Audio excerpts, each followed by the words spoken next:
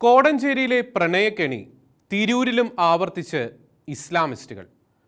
കോടഞ്ചേരി പ്രണയക്കെണി വിവാദത്തിൽ ലവ് ജിഹാദ് ഉണ്ട് എന്ന് പറഞ്ഞതിന് ക്രൈസ്തവനായ പാർട്ടി സെക്രട്ടറിക്കെതിരെ CPM നടപടിയെടുത്തത് 2 ദിവസം മുമ്പാണ്.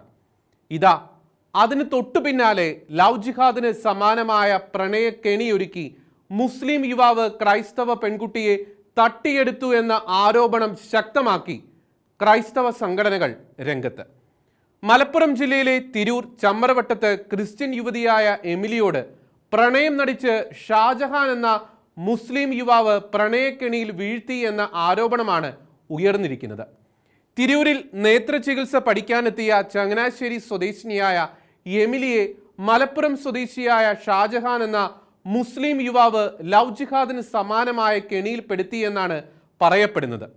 കോടഞ്ചേരിയിൽ DYFI നേതാവ് ഷെജിൻ ക്രൈസ്തവ യുവതിയെ ലവ് ജിഹാദിനിരയാക്കിയെന്ന ആരോപണം പെൺകുട്ടിയുടെ മാതാപിതാക്കളും ക്രൈസ്തവ സഭയും ഇപ്പോഴും വളരെ ശക്തമായി ആവർത്തിച്ചുകൊണ്ടിരിക്കുമ്പോഴാണ് അതിന് സമാനമായ സംഭവം വീണ്ടും വടക്കൻ കേരളത്തിൽ ആവർത്തിക്കപ്പെടുന്നത് എന്നത് ക്രൈസ്തവ സമൂഹം ഏറെ ആശങ്കയോടെയാണ് കാണുന്നത്.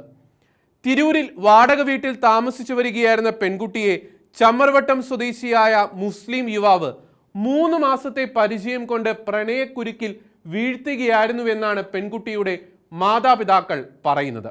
മാത്രമല്ല, ഷാജഹാൻ എന്ന യുവാവ് മയക്കുമരുന്ന് നൽകി പെൺകുട്ടികളെ ദുരുപയോഗിക്കുന്ന ഗ്രൂപ്പിലെ അംഗമാണ് എന്നും മാതാപിതാക്കൾ ആരോപണം ഉയർത്തുന്നു. സഹോദരിക്ക് ആരോഗ്യവകുപ്പിൽ ജോലി ആയതുകൊണ്ട് സഹോദരിക്കും അമ്മയ്ക്കുമൊപ്പം വാടക വീട്ടിലാണ് പെൺകുട്ടി തിരൂരിൽ താമസിച്ചിരുന്നത്. സംഭവം അറിഞ്ഞ പെൺകുട്ടിയുടെ മാതാപിതാക്കളും ബന്ധുക്കളും പോലീസിൽ പരാതി നൽകുകയായിരുന്നു. തുടർന്ന് തിരൂർ പോലീസ് സ്റ്റേഷനിലേക്ക് യുവാവിനെയും യുവതിയെയും വിളിപ്പിച്ചെങ്കിലും ഷാജഹാന്റെ കൂടെ ഒന്നിച്ചു ജീവിക്കാൻ താൻ ആഗ്രഹിക്കുന്നുവെന്ന് എമിലി പോലീസിനെ അറിയിക്കുകയായിരുന്നു. അതേസമയം തനിക്ക് തിരിച്ചു വരാൻ താല്പര്യമുണ്ടെന്നും ജീവന് ഭീഷണിയുള്ളതുകൊണ്ടാണ് ഷാജഹാന്റെ കൂടെ പോകുന്നതെന്നും എമിലി തന്നോട് പറഞ്ഞതായി പെൺകുട്ടിയുടെ സഹോദരി വെളിപ്പെടുത്തുന്നു.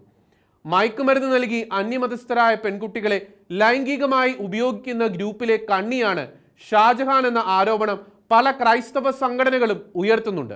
വീട്ടുകാരുടെ പരാതിയെ തുടർന്ന് തിരൂർ സ്റ്റേഷനിലെത്തിയ എമിലിയെ പോലീസ് പിന്നീട് കോടതിയിൽ ഹാജരാക്കി.